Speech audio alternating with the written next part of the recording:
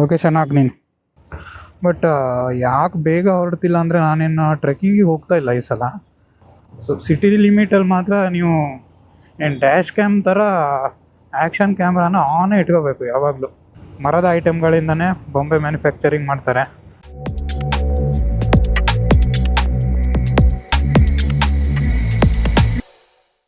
ನಮಸ್ಕಾರ Karnataka. Early morning ಅಲ್ಲ, ಸ್ವಲ್ಪ ಲೇಟ್ ಆಗಿದೆ. ಇಲ್ಲೇ ಒಂದು ಕಡೆ ಶಾರ್ಟ್ ರೈಡಿಗೆ ಹೋಗೋಣ ಅಂತ ಹೋಗ್ತಾ ಇದ್ದೀನಿ.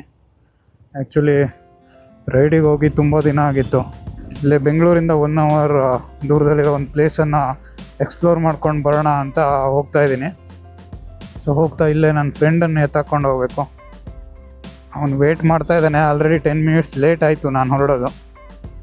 But okay.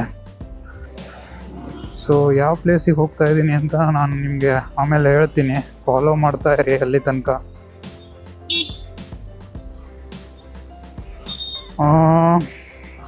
ಹೋಗ್ತಾ ಹಂಗೆ ಬಿಡದಿ ತಟ್ಟೆ ಇಡ್ಲಿ ತಿನ್ಕೊಂಡು ಹೋಗ್ಬೇಕು ಅಂತ ಅಂದ್ಕೊಂಡಿದ್ದೀನಿ. ಯಾಕೆಂದರೆ ಇನ್ನು ಬ್ರೇಕ್ಫಾಸ್ಟ್ ಆಗಿಲ್ಲ ನಂದು. ಸೊ ಆಲ್ರೆಡಿ 9 ಗಂಟೆ ಆಗತ್ತೆ ಅಲ್ಲಿ ಹೋಗೋ ತನಕ.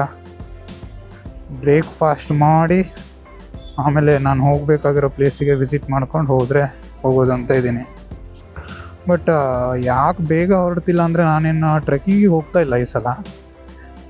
ಹಾಗೆ ಒಂದು ಕಡೆ ಚನ್ನಪಟ್ಟಣದಲ್ಲಿ ಒಂದು ಪ್ಲೇಸಿಗೆ ಹೋಗ್ತಾ ಇದ್ದೀನಿ. ಸೊ ಅದಕ್ಕೆ ಬೇಗ ಹೊರಟಿಲ್ಲ. ಸೊ ಫುಲ್ಲಾಗಿ ರೈಡಿಂಗ್ ವೇರ್ಸ್ ಏನು ವೇರ್ ಮಾಡಿಲ್ಲ ಇವತ್ತು.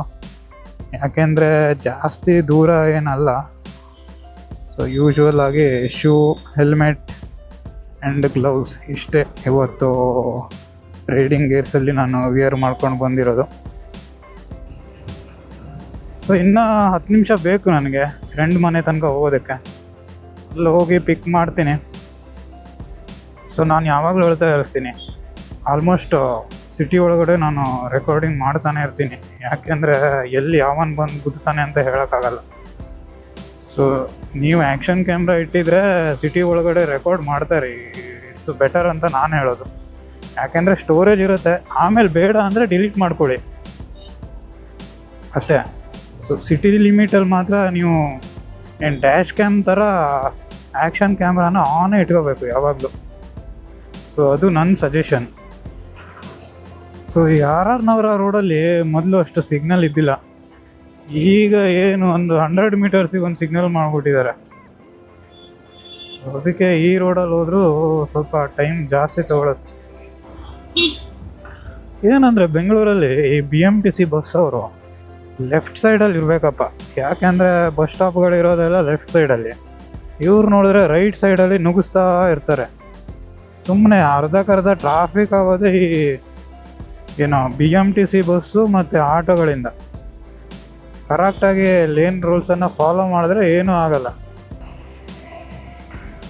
ಸೊ ಯೂಶ್ವಲಿ ಮೊದಲು ನಾನು ಹಳೆ ಹೆಲ್ಮೆಟ್ ಯೂಸ್ ಮಾಡ್ತಾ ವಯರ್ಡ್ ಮೈಕ್ ಇತ್ತು, ಆಯಿತಾ.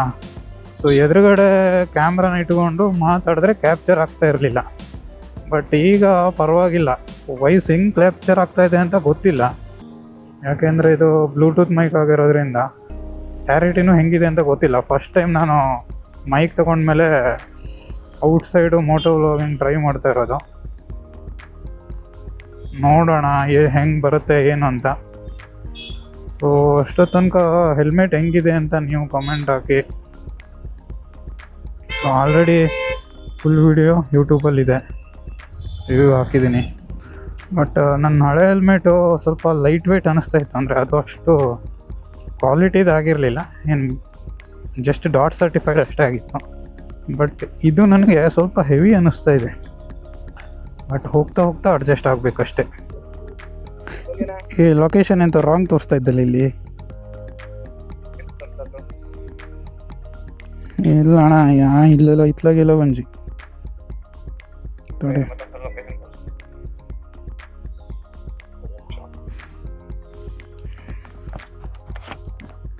ತಡಿ ನೋಡೋಣ. ಮುಂದೆ ಹೋಗಿ 350 ಮೀಟ್ರ್ ತೋರಿಸ್ತಾ ಇದ್ದೆ ಇಲ್ಲಿಂದ.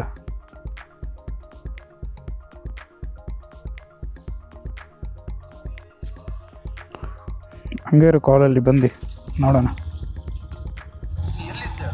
ಅಣ್ಣ ಎಲ್ಲಿದ್ದ ನಂಗೆ ಹೆಂಗೆ ಗೊತ್ತಿದ್ದ ನಿಂಗಳ ಏರಿಯಾ?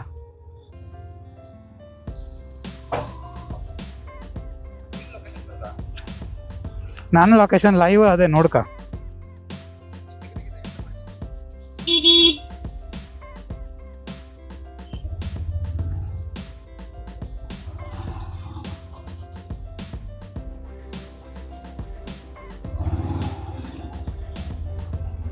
ಅಣ್ಣ ಇದು ಯಾವುದು ಡೆಡ್ ಎಂಡಲ್ಲಿ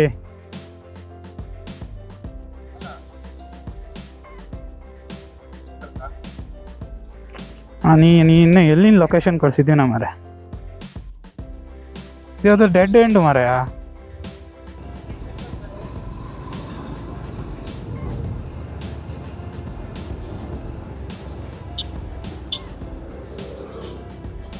ಬಾ ಬಾ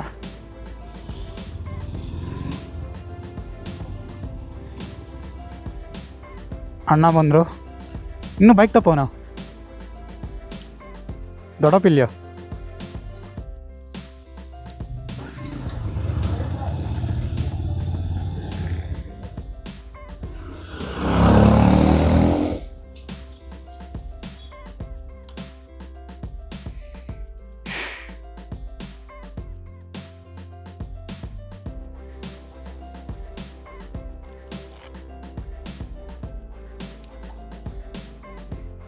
ಅಣ್ಣ ಲೇಟ್ ಆಗುತ್ತಲ್ಲೇ.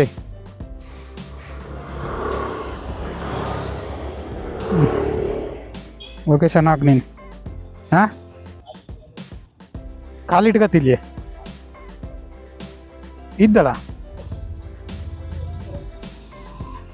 ನೆಕ್ಸ್ಟ್ ರೈಟಾ? ಓಕೆ ನೀನೇ ಮ್ಯಾಪಲ್ಲ ಈಗ?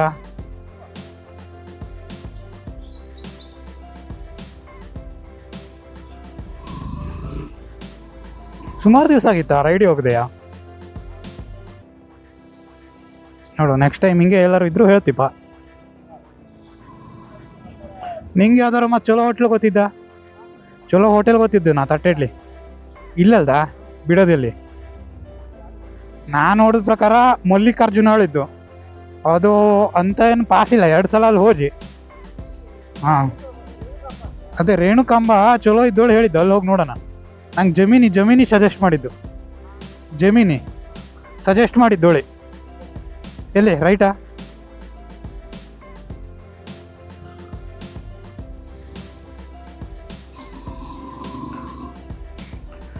ನಮ್ಮ ಬಾಯ್ಸ್ ಎಲ್ಲ ಎಲ್ಲೋ ಬ್ಯಾಡ್ಮಿಂಟನ್ನು ಸುದ್ದಿನೇ ಇಲ್ಲೇ.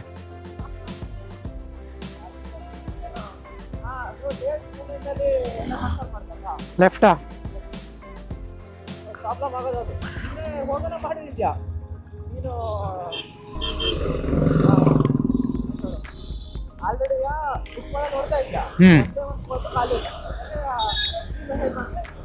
ಸೊ ನಾವೀಗ ಮೇನಾಗಿ ಎಲ್ಲಿಗೆ ಹೋಗ್ತಾ ಇದ್ದೀನಿ ಅಂದರೆ ಚನ್ನಪಟ್ಟಣದಲ್ಲಿ ಇರುವಂತಹ ಗೊಂಬೆ ಮ್ಯಾನುಫ್ಯಾಕ್ಚರಿಂಗ್ ಫ್ಯಾಕ್ಟ್ರಿ ಭಾರತ್ ಕ್ರಾಫ್ಟ್ ಅಂತ ಇದೆ.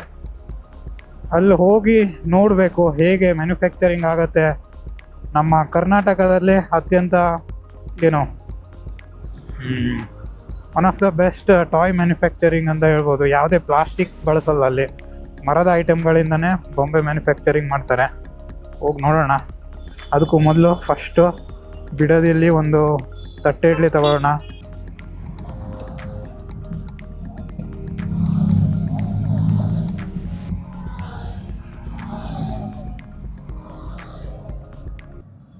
ಎಳ್ನೀರು ಮಾತ್ರ ಸಖತ್ತಾಗಿತ್ತು ಇಲ್ಲಿ.